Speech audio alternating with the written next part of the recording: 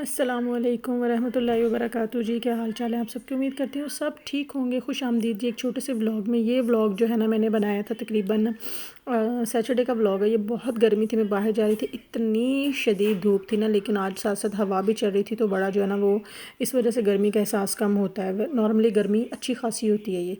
खैर जी, सबसे पहले चैनल को सब्सक्राइब करें और बेल आइकन को प्रेस करें ताकि मेरी आने वाली सारी वीडियोज़ आप लोगों तक पहुँचती रहें। आज की वीडियोज़ बहुत जो है ना वो इम्पॉर्टेंट है और लोगों के सवालात के जवाबात भी हैं। लोगों को लगता है कि मैं सिर्फ इटली के बारे में वीडियोस बनाती हूँ। ऑब्वियसली मैं यहाँ रहती हूँ, यहीं के बारे में वीडियो बनाती हूँ, लेकिन आज जो है ना वो मैंने एक और कंट्री के ऊपर वीडियो बनाई है। और जो इन्फॉर्मेशन है ना, मैं आपको पहले कह देती हूँ कि मैं जो है इंटरनेट से गैदर करती हूँ, इधर उधर स्टूडेंट से पूछती हूँ जो मेरे टच में होते हैं या जिनका मुझे आइडिया होता है, तो ये उसके ऊपर है। आजकल हर इंसान जो है ना बाहर आना चाहता है, खासतौर पर स्टूडेंट्स वीज़ा और वर्क वीज़ा बहुत ज़्यादा यूरोप में है, पढ़े लिखे लोगों के लिए जिनके पास स्किल्स हैं। तो लोग जो है ना वो ये सोचते हैं, जर्मनी जो है ना वो स्टूडेंट्स को बहुत ज़्यादा लेता है। जर्मनी और इटली में स्टूडेंट्स इस वजह से आते हैं, फ्री एजुकेशन की वजह से, जर्मनी में एनवायरनमेंट की वजह से। उन्हें पता होता है कि हम यहाँ आएंगे, फिर यहाँ पे जॉब्स मिल जाएंगी तो हम सेटल डाउन हो जाएंगे और उसकी इकॉनमी भी स्ट्रॉन्ग है। चलिए जी, खैर अपने व्लॉग की तरफ चलते हैं। सबसे पहले ये जी कि आपने अगर जर्मनी आना है तो आप किस तरह से आ सकते हैं। तो स्टेप वन उसका क्या है कि आपने अपना प्रोग्राम और यूनिवर्सिटी को चूज़ करना है। प्रोग्राम यानी कि आपने बैचलर्स में आना है, मास्टर्स में आना है या पीएचडी, क्या पढ़ना है आपने सबसे पहले ये चूज़ करना है। पाकिस्तान में बहुत सारे ऐसे स्टूडेंट्स हैं जो अप्लाई करते हैं लेकिन उन्हें अप्लाई नहीं करना आ रहा होता, जो इंटेलिजेंट भी होते हैं, आना चाहते हैं, लेकिन उन्हें समझ ही नहीं आती कि हम क्या करें और किस तरह से करें। तो ये जो है ना ब्लॉग स्पेशली उनके लिए। इसके बाद है जी आपने मीडियम ये देखना है कि आप जर्मन टॉट हैं या इंग्लिश टॉट हैं, यानी कि आपने इंग्लिश में वो सिलेक्ट करना है अपना जो भी डिग्री प्रोग्राम है या लैंग्वेज जो है। इसके बाद मैं यहाँ पे सर्च टूल आपको यहाँ पे जो है वो ये दे रही हूँ, आपने इन दोनों पे सर्च करना है। ये जी ये दो वेबसाइट है जो आपने पाकिस्तान में बैठे हैं इनसे सर्च करना है। और जैसे सर्च प्रोग्राम है आपने लिखना है कंप्यूटर साइंस या मास्टर्स इन इंग्लिश या कुछ भी जो आपने लिखना है, ठीक है, 2025, ठीक है। इसके बाद जी चेक स्टेप नंबर 2 आता है कि एलिजिबिलिटी रिक्वायरमेंट्स की कौन कौन एलिजिबल है। बैचलर्स के लिए जी 12th ग्रेड जो है ना वो कंप्लीट होना चाहिए, जैसे प्री इंजीनियरिंग या प्री मेडिकल। और बहुत सारे एशियन कंट्रीज़ के लिए जो है ना वो एक यूनिवर्सिटी एजुकेशन भी, यूनिवर्सिटी का 1 ईयर होना ज़रूरी है यहाँ जर्मन में एडमिशन के लिए। यानी कि अगर आपने पाकिस्तान में एफएससी किया है तो फिर आपका जो है ना वो यूनिवर्सिटी का 1 ईयर भी होना चाहिए। मींस के 12 की बजाय 13th ईयर एजुकेशन होनी चाहिए, जो कि ये जर्मन वाले मानते हैं। इसके अलावा आइट्स में आपके 6.0 प्लस होना चाहिए। और यहाँ फिर एक टेस्ट होता है जो लैंग्वेज के लिए होता है, B1 और B2 लेवल तक आपको लैंग्वेज आनी चाहिए, जर्मन लेवल। इसके बाद ये आ जाते हैं मास्टर्स के लिए। मास्टर्स के लिए आपका 4 ईयर बैचलर्स डिग्री यानी CGPA 2.5 प्लस यानी कि 70% प्लस होना चाहिए। आइट 6.5 या जो है एक होता है टॉफल IBT, वो 80 प्लस होना चाहिए। और अगर आप डच लैंग्वेज में करते हो यानी जर्मन लैंग्वेज में, तो उसके लिए भी सेम ही जो है ना वो प्रोग्राम और सेम चीज़ें होंगी। इसके बाद है PhD के लिए। इसके PhD के लिए आपका research proposal plus supervisor approval और प्लस स्ट्रॉन्ग एकेडमिक बैकग्राउंड होना चाहिए।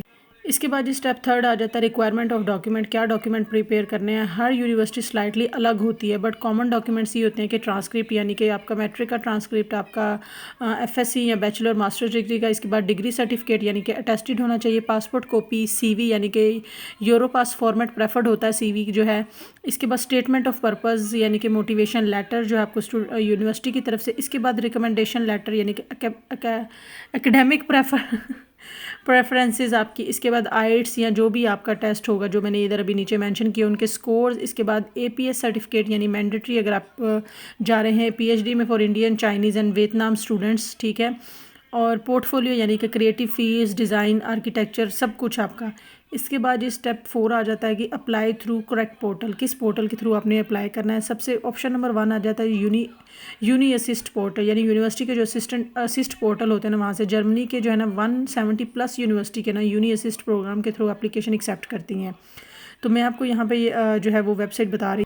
ये है जी वेबसाइट जिसके जर्मनी के जो है ना वो 170 प्लस यूनिवर्सिटी जो है ना वो इसी प्रोग्राम के थ्रू जो है ना वो डील करती हैं और एप्लीकेशंस एक्सेप्ट करती हैं। यूनी असिस्ट के लिए डॉक्यूमेंट्स वेरीफाई, यूनी असिस्ट जो है वो आपके डॉक्यूमेंट्स को वेरीफाई करता है और फिर यूनिवर्सिटी को फॉरवर्ड करता है। इसकी फ़ी होती है जी वो 75 euro for first university plus 30 euro पर एक्स्ट्रा यूनिवर्सिटी। मतलब अगर आपने जितनी यूनिवर्सिटीज़ में जो है वो अप्लाई करना है वो 70 यूरो आप उसको PKR में या जो है वो इंडियन रुपी में या एशियन किसी भी कंट्रीज़ में उसको कन्वर्ट कर लें। एक यूनिवर्सिटी का जो है ना वो 70 यूरो पर चार्ज करता है और एक्स्ट्रा यूनिवर्सिटी जितनी होंगी उनके 30 यूरो। खैर जी, फर्स्ट ऑप्शन आपको मैंने यूनी असिस्ट का बताया था। सेकंड ऑप्शन है जी डायरेक्ट यूनिवर्सिटी पोर्टल के। आप डायरेक्ट यूनिवर्सिटी की वेबसाइट पर जाके अप्लाई कर सकते हैं। उसका ये होता है कि कुछ यूनिवर्सिटीज़ अपना पोर्टल यूज़ करती हैं, जैसे कि आप म्यूनचन यूनिवर्सिटी है या एक दो और हैं। इसके बाद डायरेक्ट अप्लाई करो यूनिवर्सिटी की ऑफिशियल साइट से। इंपॉर्टेंट बात यह है कि हर सेमेस्टर की डेडलाइन चेक करो कि जैसे कि आप विंटर इनटेक में जा रहे हो अक्टूबर है तो उसकी डेडलाइन क्या होगी, या समर इनटेक में जा रहे हो अप्रैल तो उसकी डेडलाइन जो है ना वो नवंबर से जनवरी तक होती है। इसके बाद ये आपने यूनिवर्सिटी का जो है वो सारा कुछ करके इसके बाद स्टेप नंबर 5 आ जाता है सेंड सर्टिफाइड डॉक्यूमेंट्स इफ़ रिक्वायर्ड्स की यूनी असिस्ट या यूनिवर्सिटी फ़िज़िकल कॉपीज़ भी मांग सकती हैं आपसे बाय पोस्ट। तो आपने क्या करना है, DHL या फेडेक्स फोर्स सेफ़ डिलीवरी, ये दो हैं जो सेफ़ डिलीवरी करते हैं। डॉक्यूमेंट्स आपके सर्टिफाइड होने चाहिए, यानी नोटराइज्ड कॉपीज़, और फ्रॉम स्कूल्स यूनिवर्सिटी रजिस्टर्ड हर आपका डॉक्यूमेंट जो है ना वो सर्टिफाइड होना चाहिए। अच्छा जी, ये सब करने के बाद अब स्टेप 6 आ जाता है जी कि आपने वेट करना है एडमिशन लेटर के लिए। अगर आपका एप्लीकेशन कंप्लीट और एलिजिबल हैं आप, तो आपको यूनिवर्सिटी से एक एडमिशन लेटर इशू करती है, यानी कोई भी यूनिवर्सिटी जिसमें आपने अप्लाई किया वो आपको एक एडमिशन लेटर इशू करेगा। ठीक है, इस लेटर से आप जर्मन एम्बेसी में वीज़ा अप्लाई कर सकते हैं। एडमिशन लेटर आपने अगर ईमेल लिखा है ईमेल पे आ जाएगा आपका, उसको आपने हार्ड कॉपी में लेना है। जो भी उनका प्रोसेस होगा वो आपको मोस्टली ईमेल के थ्रू ही आपको एडमिशन लेटर मिलता है। अच्छा जी, मैं जल्दी जल्दी स्मार्ट एंड क्विक चार्ट जो है ना वो यहाँ आपको शो कर रही हूँ कि आपने कौन कौन से एक्शंस लेने हैं और क्या करना है यूनिवर्सिटी में एडमिशन के लिए।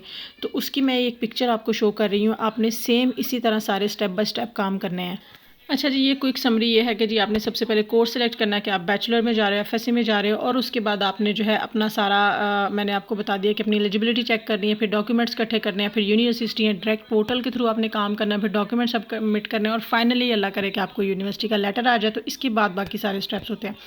यहाँ पर मैं आपको बोनस टिप देती जाऊँ कि आपने 3 से 4 यूनिवर्सिटी में मिनिमम अप्लाई करना, जो कि आपके चांसेस बढ़ा देते हैं एडमिशन के। जैसे आप Mannheim university, Heidelberg, Munchen university, Berlin university, मतलब आप इन यूनिवर्सिटीज़ में जितनी ज़्यादा हो सकता है अप्लाई करें। इसके बाद जर्मनी के पब्लिक यूनिवर्सिटीज़ में ट्यूशन फ़ी जो है ना वो ज़ीरो यानी वेरी लो होती है, ओनली सेमेस्टर फ़ी होती है, यानी कि उसमें आपकी एडमिशन फ़ी नहीं ट्यूशन फ़ी नहीं होती, सॉरी, सिर्फ आपकी सेमेस्टर फ़ी होती है जो मोस्टली 250 यूरो तक होती है। लेकिन अप्लाई करने से पहले आपका आइट्स वगैरह क्लियर होना चाहिए और वो 6.5 जो है ना वो स्कोर उसका लाजमन होना चाहिए, या APS सर्टिफिकेट, यानी कि जैसे आप अगर आप इंडिया से हैं, चाइना से हैं या वियतनाम से हैं तो एप्लीकेशन के लिए मैंडेटरी है आपका APS सर्टिफिकेट जो है। ये पाकिस्तान के लिए कंडीशन नहीं है, अब रूल्स जो जहाँ तक मेरी नॉलेज है वहाँ तक ये हैं। तो आप लोग अगर अब आना चाहते हैं, अप्लाई करना चाहते हैं, तो ये सारा प्रोसेस मैंने आपको बता दिया है। नेक्स्ट व्लॉग जो है वो मैं इस पे ये बताऊंगी कि अगर आपको एडमिशन लेटर मिल जाता है तो उसके बाद आप जो है वो क्या प्रोसेस हो सकता है या किस तरह से हो सकता है। अब जो स्टूडेंट्स जो है वो जी प्लान कर रहे हैं जर्मन आने का, या सोच रहे हैं, या वो चाहते हैं कि हम जर्मनी में जाके स्टडी करें, तो ये वीडियोज़ उनके लिए कि वो यूनिवर्सिटी में अप्लाई कैसे कर सकते हैं एशिया के किसी भी कंट्री में बैठे हुए। होपफुली जी आप लोगों को ये वीडियो अच्छी लगी होगी और बहुत इन्फॉर्मेटिव लगी होगी। वीडियो अच्छी लगे तो लाइक और शेयर ज़रूर कीजिए, चैनल को सब्सक्राइब कीजिए और अपना बहुत सारा ख्याल रखिए। मुझे दुआ में याद रखिएगा। फेसबुक से अगर ये वीडियो देख रहे हैं तो पेज को लाइक एंड फॉलो करें। अल्लाह हाफिज़।